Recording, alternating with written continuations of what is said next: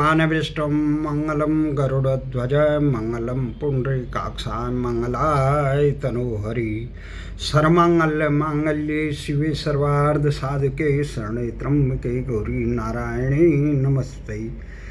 या देवी सर्वभूतेषु ब्रह्म विष्णु शिव शक्ति रामकृष्ण जड़ चेतन सर्व भैरवाय नरसिंहाय सर्वरूपेण संस्थितां नमतस्यै नमतस्यै नमतस्यै नमो नमः।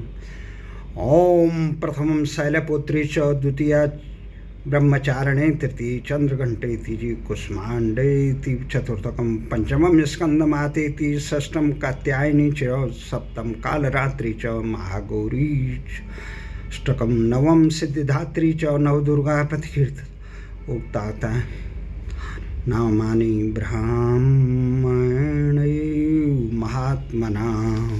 ओम या देवी सर्वभूतेषु ब्रह्म विष्णु शिव शक्ति रामकृष्ण जड़ चेतन सर्वरूपेण संस्थिताम्। ओम हनुमंताय नमः। ओम विष्णुदेवाय नमः। सर्वदेव्याय नमः। शिव शक्त्याय नमः। वसुदेव सुतं देवं कंसचारुणमर्दनं देवकी परमानंदं कृष्णं वंदे जगद्गुरु कृष्णं वंदे जगद्गुरु। ओम शिवाय नमः। नीलकंठाय नमः। ओम गौरी दिव्य गणेशाय नमः। आदिशक्ताय नमः। भैरवाय नमः। बटकनाथ भैरवाय नमः। बटकनाथ भैरवाय नमः। भैरवाय नमः। मंगलम भगवान विष्णु मंगलम गरुड़ध्वज। आप सभी सुधीजनों को चैत्र मास के नवरात्र की पावन माँ भगवती के श्री चरणों में सत सत नमन। आप को हार्दिक बधाई। आज अष्टमी का पर्व है, कल रामनवमी जी का पर्व है, अभी दशमी का पर्व। भारतीय समाज अनंत युगों से शक्ति का उपासक रहा, ज्ञान का उपासक रहा।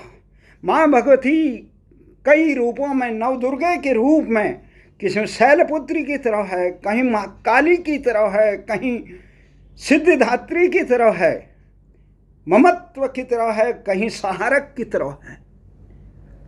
जो ये तमाम रूपों में कभी पालने वाली है। उदय आज सबसे बड़ा सवाल यही उठता है, उस देश पे कार्पण्य दोष क्यों लगा, कायरता का दोष क्यों लगा है? उस देश में दिशाहीनता का दोष है। प्रकृति ने जिसे अपार अकूत संपदा से नवाजा है, वह देश आज दीनहीन याचकों की श्रेणी में कैसे है? जो ज्ञान का अपार भंडार है, वहां भ्रष्टाचारी व्यभिचारी तत्वों का शिकंजा कैसा है? ऐसी शक्तियां जो राष्ट्र विरोधी शक्तियां हैं, जो मानवता विरोधी शक्तियां हैं, जो अधर्म विरोधी शक्तियां हैं, जो भ्रष्टाचारी शक्तियां हैं, जो सर्वे भवन्तु सुखिनो सर्वे सन्तु निरामया की मनोवृत्ति से विकृत शक्तियां हैं, उनका प्रादुर्भाव, उनका वर्चस्व कैसे हुआ? ये बड़ा गंभीर चिंतन मंथन का सवाल है। हम कायरता के दोष पे कैसे लिप्त हो गए?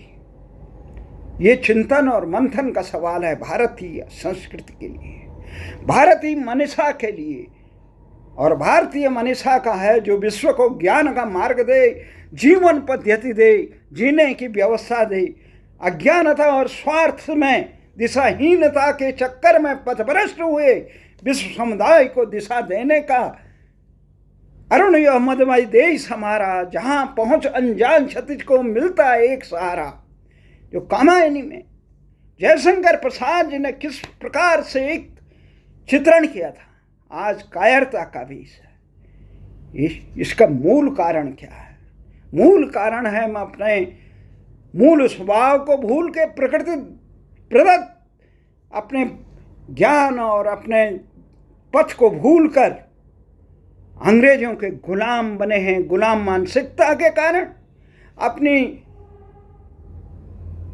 कर्तव्यों से विमुख हो गए। हमने अहिंसा के नाम पे कायरता अपना दी है। हमें शिक्षा के नाम पे अज्ञानता और बेमनुष्यता का विस्पान, मैकाले की शिक्षा का विस्पान करके लुटेरी व्यवस्था का विस्पान कराया जा रहा है, नंगाई सिखाई जा रही है, भ्रष्टाचार प्रवृत्ति, सबको हित को मारकर अपने हित को साधने वाली शिक्षा दी जा रही है। सर्वे भवन्तु सुखिनों के शिक्षा ही नहीं दी जा रही है। भारतीय संस्कृति को जमींदोज करने का काम किया जाए, भारतीय नाम को जमींदोज करने का काम किया जाए, भारतीय भाषाओं को जमींदोज करने का काम है। अंग्रेजी गुलामी से मुक्त हुए, अंग्रेजों की गुलामी से मुक्त हुए 75 साल हो गए, परंतु देश को आज तक भी हम अपना नाम नहीं दे पाए। विश्व में हमारी इतने दूतावास हैं, परंतु कोई भी भारतीय नाम का परचम संसार में कहीं नहीं फैला रहा है, इंडिया का परचम। और इंडिया जिसे अंग्रेज कहते थे जाहिल, गंवार, असभ्य लोग, जंगली लोगों का प्रतीक, हमने उनके द्वारा दिया गया हे नाया आत्मसात करके अपना गौरवशाली जो विश्व को दिशा देने वाला नाम था उसको विस्मरण किया। अपनी भाषाओं में, जिस भाषा में विश्व में महाशक्ति थी, विश्व में ज्ञान के में विश्व गुरु थे, जो हमें अमरत्व का पान कराते थे, जो हम अकूत वैभव का पान कराते थे, जो हमें ज्ञान के इस महासागर में हिलोरे दिलाते थे, उस शिक्षा को हमने जमींदोज किया और अपना दी मैकाले की लुटेरी व्यवस्था की शिक्षा, जिससे पढ़कर आज भारतीय विश्वविद्यालयों में नारे लग रहे हैं भारत तेरे टुकड़े हो जाए, जो भारतीय संस्कृति को हे और संसार करने वाली हो कहते हैं। ऐसे तत्वों का क्यों हुआ? हमारे यहाँ तो ये कहा जाता था शक्ति की पूजना की जाती थी, अभी भी की जा रही नवरात्राओं में, परंतु विस्मरण है हम कायरता का प्रतीक अपने स्वार्थ में इतने लिप्त हो चुके हैं, हमें न अपनी संस्कृति का भान है न अपनी सभ्यता का। भारतीय संस्कृति के ध्वजवाहक भी रहे जो लोग कह रहे हैं, वो भी अपने घरों में ज्ञान के दीपक और भारतीय संस्कृति के दीपक जलाने की जगह अपने बच्चों का बर्थडे मनाते हैं और मोमबत्ती रूपी ज्योति को बुझा देते हैं, केक काटते हैं, नंगाई सिखाते हैं, स्कर्ट की नंगाई स्कूलों में, बच्चों को स्वाभिमानी बनाने की जगह कायरता का बोध। हमारी हजारों वर्ग किलोमीटर जमीन जिस चीन और पाकिस्तान ने कब्जा की, उससे मित्र राष्ट्र करके हम झूले झूलाते हैं। हम गोमांस, कत्ल खाने, यहाँ निर्दोष जीवों के कत्ल खाने के उनके मांस को विश्व में बेचकर अपने को शर्मसार होने की जगह गौरवान्वित समझते हैं। हम विश्व में मांस के बड़े निर्यातक देश हैं और अहिंसा का ढोंग करते हो। अहिंसा उस भुजंग को दंड उसी के हाथ में हो जो ज्ञानवान हो, दिशावान हो।